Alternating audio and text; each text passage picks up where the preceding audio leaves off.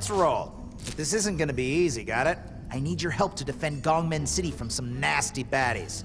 So, I need to teach you a little kung fu first. You ready? Okay, practice makes perfect. First, try a punch. Ah! How awesome is that? You made me punch! Do it again. This may just look like another mediocre movie-based game, but it also embodies everything we've come to learn about Kinect. Everything that makes this game fun comes from the fact that it uses controller-free motion. Unfortunately, so does everything that makes it mediocre. Watch how powerfully you make me kick. That rocked! Released earlier this year for all the major platforms, Kung Fu Panda 2 is based on the animated movie of the same name. Now, we always say this, but we say this for a reason. Games based on movies are generally terrible. So when you come across one that isn't, well, it's an occasion worth celebrating, and to its credit, Kung Fu Panda 2 isn't terrible.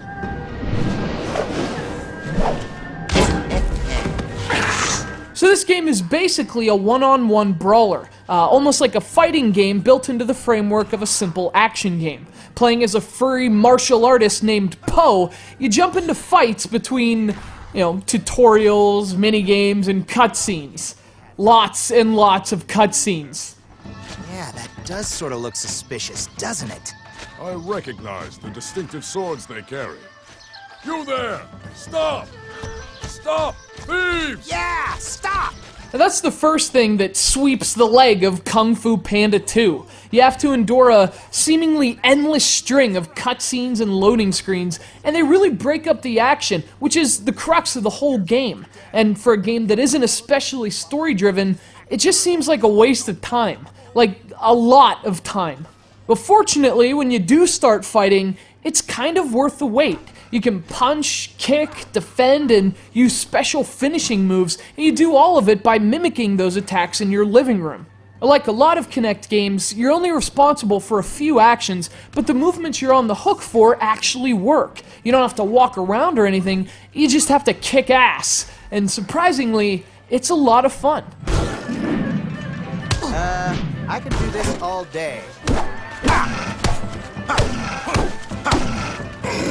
This is a pretty good example of what motion control can contribute to video games. Now, this game would be boring as hell if the moves were mapped to buttons, and that's due in large part to the gameplay being so simple. But because you're actually doing those moves yourself, it's actually fun despite the simplicity. Kung Fu Panda 2 is smart about the way it uses motion, and that's the reason this game succeeds.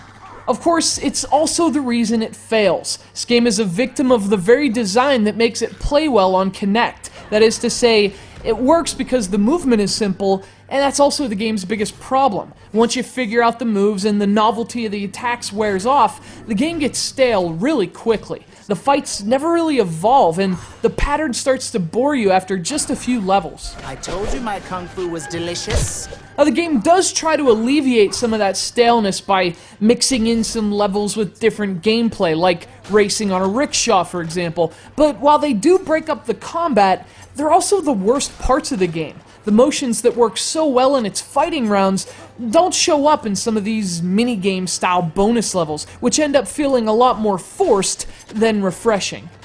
For all the things it does well, Kung Fu Panda 2 is still a short game based on a movie. The interesting thing is that what makes it good is also what makes it bad. Its simplicity is a key in its effective use of motion, but it also makes the game feel very repetitive.